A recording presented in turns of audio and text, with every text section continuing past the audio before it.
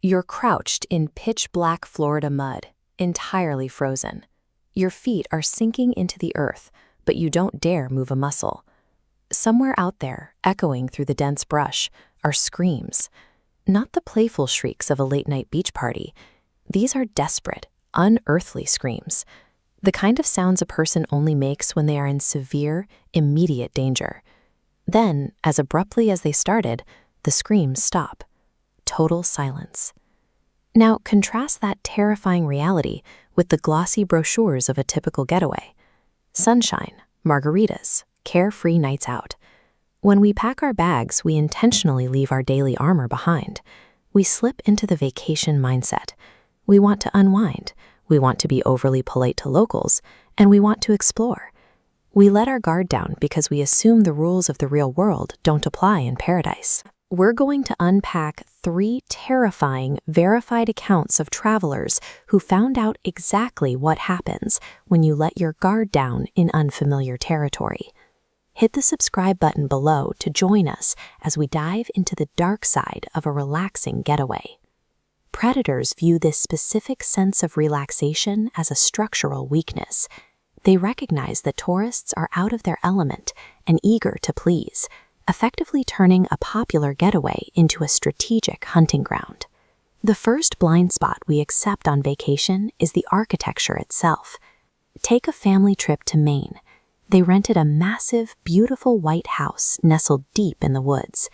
Inside, it was essentially a maze, hallways intersecting at odd angles, rooms branching off into dead ends.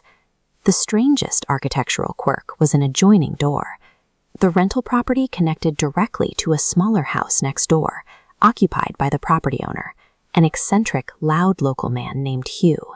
The teenage son of the vacationing family realized the door linking their unit to Hugh's house was completely unlocked. One evening, the teenager stayed behind while his parents went to dinner. The sun went down, plunging the wooded property into pitch darkness. Suddenly, a massive crash echoed from the end of the hall, right where that adjoining door was located. The teen grabbed a chair, shoved it under the door handle to his room, and hid under a patio table, assuming the creepy owner was trying to break in. Here is what was actually happening. Next door, Hugh heard the crash too. His motion-activated security cameras had been tripped. But when Hugh checked his footage, he didn't see the teenager. He saw a completely unknown, tall, bald man creeping out of the teenager's bedroom. Hugh knew calling the house might alert the intruder and put the teen in immediate danger. Instead, he sneaked out into the yard and hid in the dark. The second the parents' Dan pulled into the driveway, Hugh intercepted them. They called the police, who flooded the property and chased the bald intruder into the dense Maine woods. The family had assumed the rental was a private sanctuary. In reality, unfamiliar floor plans and hidden access points provide local intruders with a massive home field advantage. The family had essentially locked themselves inside a maze with a stranger. Vulnerability shifts from architectural blind spots to the natural environment when tourists step into the wild. In West Palm Beach, Florida, 3 cousins were enjoying a night out at the local bars. Tourists often wander off the beaten path looking for adventure, unaware of how quickly the terrain turns hostile. One of the cousins, Will, had way too much to drink. He wandered away from the group and sprinted straight into a dark, muddy, heavily wooded swamp. His cousins chased after him into the thick brush. It was entirely black. Suddenly, Will dropped to the ground and told them to shut up. That's when the 3 of them heard those horrifying, unidentifiable screams echoing through the mud. They stayed perfectly still for 15 minutes before sprinting back to the safety of the streetlights. The next morning, in broad daylight, they carefully navigated back to the exact spot in the swamp where they had hidden. Hanging from a tree branch was the torn sleeve of a denim jacket. Directly below it, the mud was completely churned up with scuffed, overlapping footprints, painting a clear picture of a violent physical struggle. Leading away from the remaining pieces of the jacket was a single set of footprints, vanishing deeper into the untrackable swamp. Panicked, the cousins fled the woods. They made a controversial decision. They chose not to call the police. They were terrified that by reporting it, law enforcement would link 3 out-of-towners to whatever horrific event had just occurred in the swamp. An unfamiliar wilderness provides predators with absolute cover. This environment leaves witnesses so isolated and out of their element that they often fear reporting the very crimes they stumble upon. But you don't have to be in a remote cabin or a dark swamp to be targeted. In a packed coastal city like Ocean City, Maryland, the danger hides behind social etiquette.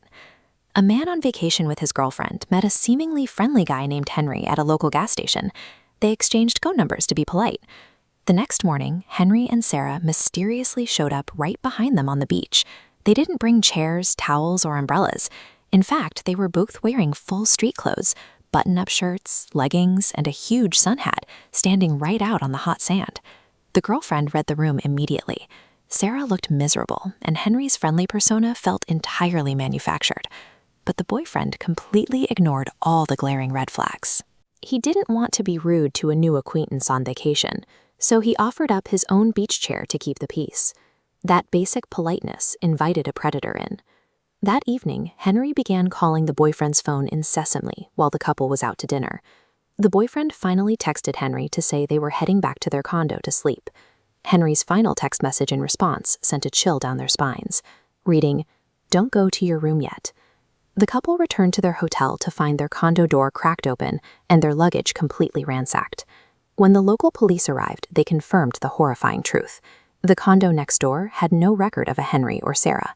They were using fake names and burner phones, specifically selecting overly friendly targets. Con artists thrive in busy tourist traps. They weaponize the social contract, knowing that travelers are desperate to be accommodating, make friends, and avoid causing a public scene. 3 entirely different locations, but they share one disturbing conclusion. The police never caught the tall, bald man in the Maine woods. They never identified who screamed in the Florida swamp. And Henry and Sarah vanished into the Ocean City crowds without a trace.